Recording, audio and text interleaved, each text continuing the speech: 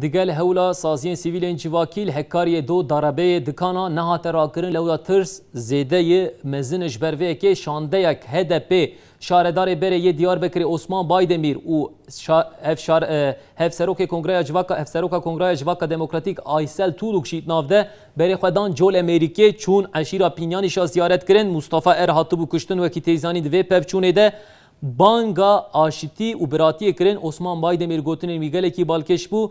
Gojver pê ve em tu carî destûr nadin ku xwîna birakujiyê li ser vana xwe biherike. Belê aliyê qelebalixek mezin ve şandeya HDP û BDP hatin pêşwesî kirin. Kî di vê şandeyê de hebû hûn jî nihal berçavê xwe dibînin. Şaredarê berê Diyarbekirê Osman Baydemîr hevseroka Kongreya Civaka Demokratîk Aysel Tuluk û serokê giştî yê Partiya Herêmên Demokratîk DBP yani BDP'ya berê kamuran yüksek li wê derê bûn ji bo ku saziyên sivîlên civakî yên girêgirên herêmê re rûnê Osman Baydemîr Hekariyê bû. Em dilşikestînê ji ber xatirê kir li Col Amerîkê mixabin şerrê birakujî derket însanekî me alî jiyan bû çû ser heqiya xwe.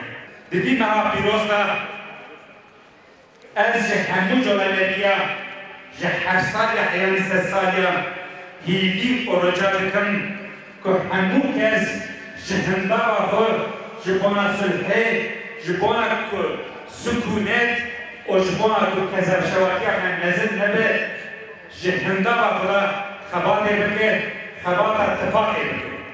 Xweda we hemiya bihefizîne stara xweda li ser Col Amerîkê be stara xweda li ser tifaka we be tifaka me mestir bibe geştir bibe inşallah.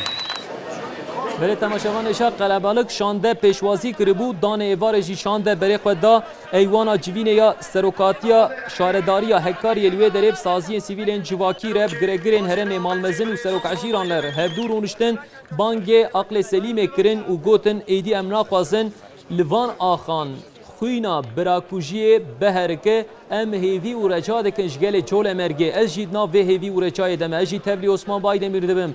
Berî şeva Leyletul Qedrê wekî her roj ez gotin û daxwaza xwe dubare bikim hêvî rojeya me ji we heye ku berî vê şeva Leyletul Qedrê û mizgîniyeke li hevhatinê bidin me. Em dilzîzin, em dilşikestîne